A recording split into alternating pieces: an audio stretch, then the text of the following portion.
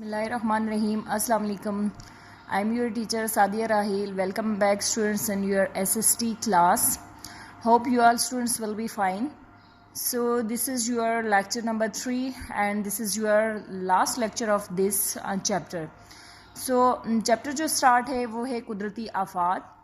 कुदरती आफात को नेक्स्ट जो टॉपिक है उसको स्टार्ट करने से पहले मैं आपके साथ डिस्कस करूंगी कि हम जो चीज़ें पढ़ चुके हैं उनमें सबसे पहले हमने डिस्कस किया था आतिश फ़िशानी की वजूहात, उसके असरात और उसको रोकने के लिए हिफाजती इक़दामात. नंबर 2 हमने डिस्कस किया ज़लज़ले की वजूहात, ज़लज़ले के असरात और ज़लज़ले को रोकने के लिए या ज़लज़ले से बचने के लिए जो हिफाजती इक़दामात हैं वो डिस्कस हुए. नेक्स्ट हमने सैलाब डिस्कस किया, सैलाब के असरात, वजूहात और उसको रोकने के लिए हिफाजती इक़दामात.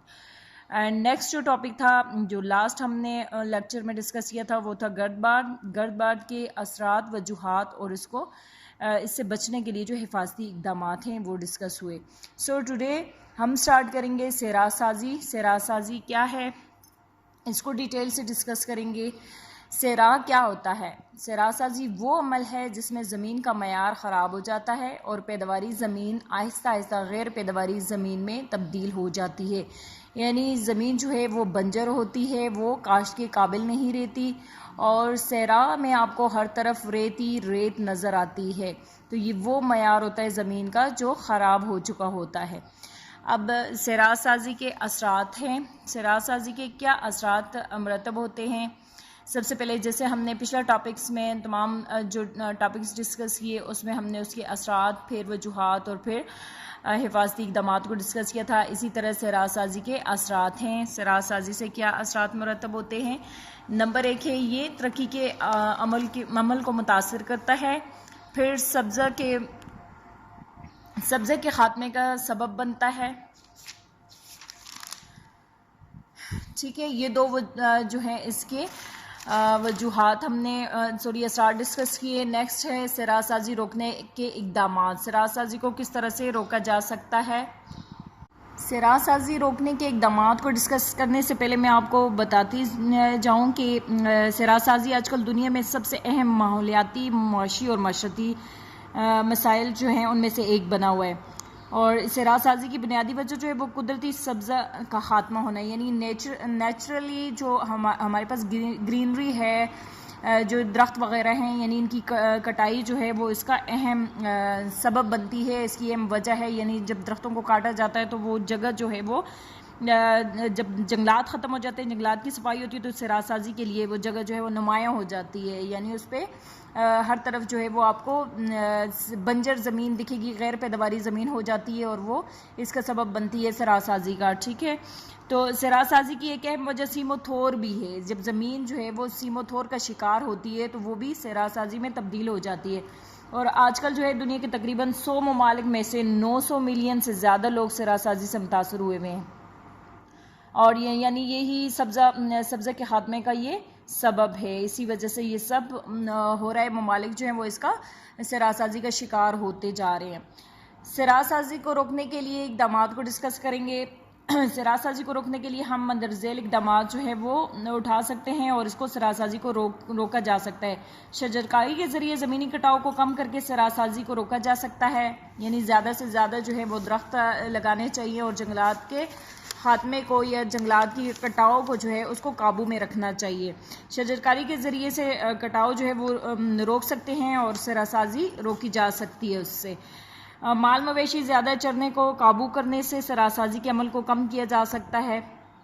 ये एक वजह ये भी है कि जितने भी माल मवेशी होते हैं वो लोग जो है जंगलात में लाके उनको छोड़ देते हैं और वो जो नए दरख्त जो उगे हुए होते हैं उनका ख़ात्मा कर देते हैं, यानी उनको खा लेते हैं मवेशी.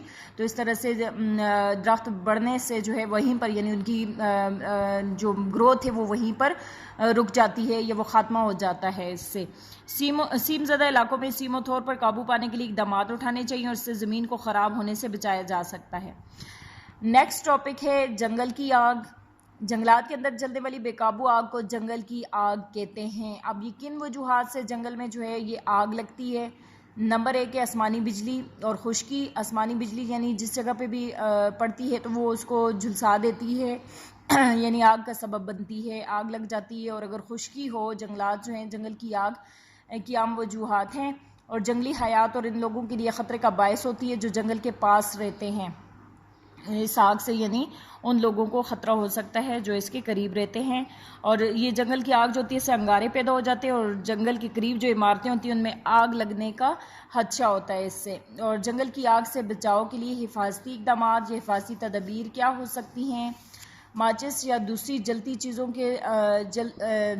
چیزوں کو جنگلات کے علاقوں میں پھینکنے سے گریز کیا جائے.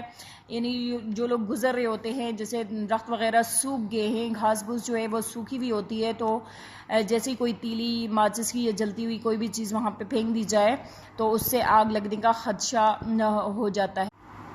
جنگل میں آگ یا دھواں دکھائی دے تو جلد سے جلد ایمرجنسی محکموں کو اطلاع دینی چاہیے. اور اگر آگ کے گرد انواع میں جو لوگ رہتے ہیں ان کو ایک دم سے وہاں سے دور ہٹ جانا چاہیے.